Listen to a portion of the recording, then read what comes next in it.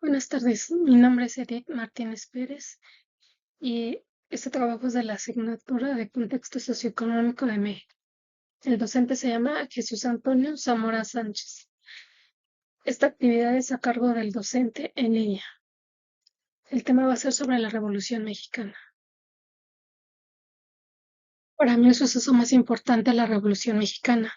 Uno de los logros más importantes fue la Constitución de 1917, estableciendo los principios fundamentales del gobierno y su estructura política. La Constitución que nos rige hasta nuestros días se promulgaba el 5 de febrero de 1917.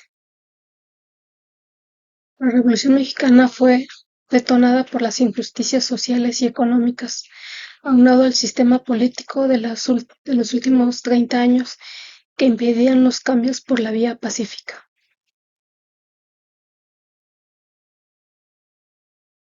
Gracias a la dictadura de Porfirio Díaz, para 1913, el orden político, económico, social privilegiaba a los intereses de los empresarios nacionales y extranjeros y condenaba a los obreros a una vida miserable a cambio de su trabajo.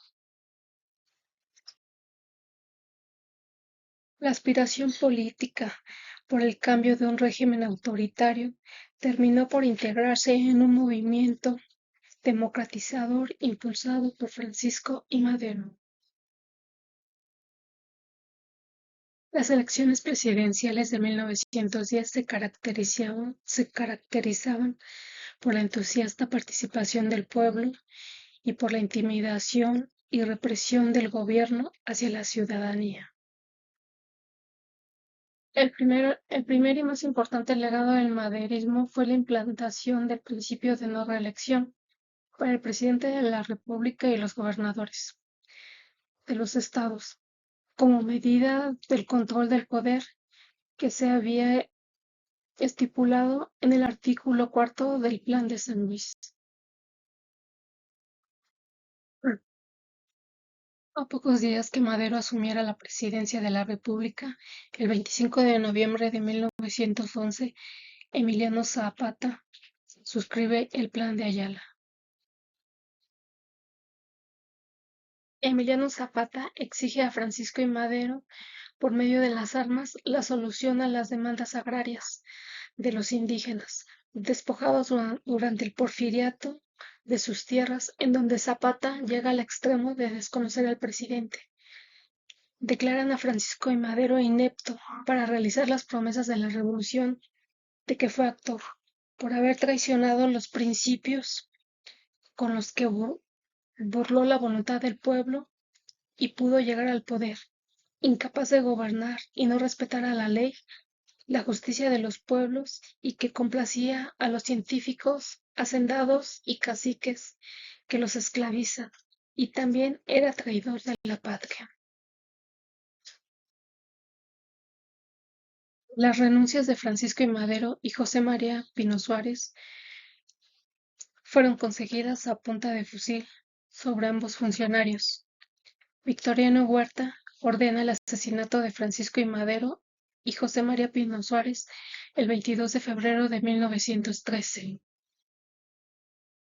La revolución provocó la muerte de muchas personas, pero dio realce a figuras como Pancho Villa, Emiliano Zapata y Venustiano Carranza, por mencionar algunos.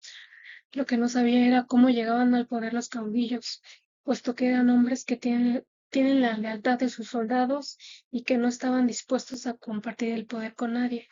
Es decir, ejercían un liderazgo especial y esto surgía cuando la sociedad no tenía confianza en las instituciones.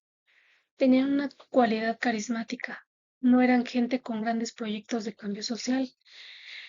Por otro lado, se caracterizaba el desengaño masivo. Una vez instaurado el gobierno caudillista, el pueblo seguía a otro caudillo que derrocaba al primero y así sucesivamente. Los caudillos llegaban al poder a través de la fuerza y se sostenían en él mediante los mismos mecanismos, hasta que un caudillo distinto tenga una mayor influencia sobre la tropa y termine destronando.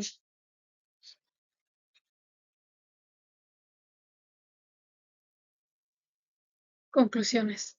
La Revolución Mexicana fue un conflicto un conflicto armado iniciado el 20 de noviembre de 1910, con un levantamiento iniciado por Francisco I. Madero contra el presidente Porfirio Díaz. Se caracterizó por varios movimientos socialistas, liberales, anarquistas, populistas y agrarios.